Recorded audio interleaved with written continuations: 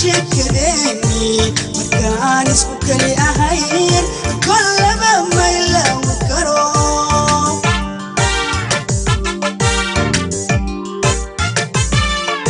كلام كذب كلها مقال